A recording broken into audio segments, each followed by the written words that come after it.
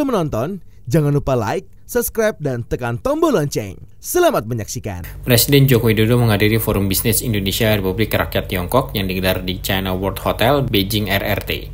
Saat menyampaikan sambutannya, Presiden Joko Widodo mengapresiasi investasi dan kontribusi para pengusaha RRT dalam pembangunan di Indonesia. Menurut Presiden, cara berinvestasi para pengusaha ke Indonesia sudah cepat dan tepat, dan menganalogikannya seperti Bruce Lee dengan gerakan Wing Chun-nya. Presiden Jokowi meyakini bahwa investasi RRT di Indonesia akan terus meningkat dan menjadi kontributor FDI teratas dalam 1-2 tahun ke depan. Keyakinan Presiden Jokowi tersebut dikarenakan saat ini Indonesia tengah fokus untuk melakukan hilirisasi industri terhadap berbagai komoditas seperti nikel, tembaga, timah, dan minerba lainnya. Indonesia juga tengah fokus membangun ekosistem kendaraan listrik terintegrasi untuk menjadi bagian penting dari rantai pasok dunia. Lebih jauh, Presiden Jokowi menjelaskan bahwa potensi energi baru terbarukan di Indonesia sangat besar hingga mencapai 3.600 gigawatt. Presiden Jokowi merinci beberapa di antaranya yaitu 3.200 gigawatt dari tenaga surya dan terdapat 4.400 sungai untuk energi hidro. Selain itu, Indonesia yang sedang membangun ibu kota Nusantara dengan konsep kota hijau dalam rimba yang 60%-nya adalah hutan, kota netral karbon pertama di Indonesia.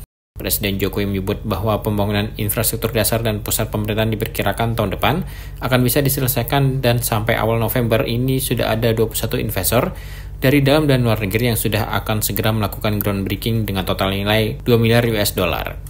Di penghujung sambutannya, Presiden Jokowi pun kembali meyakinkan para investor bahwa investasi di Indonesia itu adalah pilihan yang tepat karena mudah dan aman. Presiden Jokowi pun mengajak para investor untuk menanamkan investasinya di Indonesia karena jumlah indikator ekonomi menunjukkan capaian positif, antara lain pertumbuhan ekonomi yang konsisten di atas 5%, neraca dagang yang surplus 41 bulan berturut-turut, Purchasing Manager Index berada di level ekspansi selama 25 bulan berturut-turut, dan bonus demografi. Indonesia China Business Forum ini forum yang sangat positif.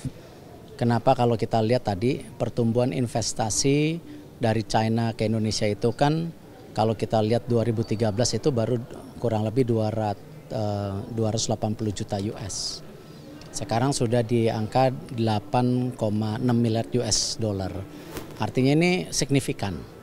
Dan kita lihat juga memang teknologi di China ini maju sekali. Apalagi kita mau mendorong hilirisasi sumber daya alam, dan kita juga mau dorong juga ekonomi hijau, ya listrik hijau, dan juga teknologi lainnya.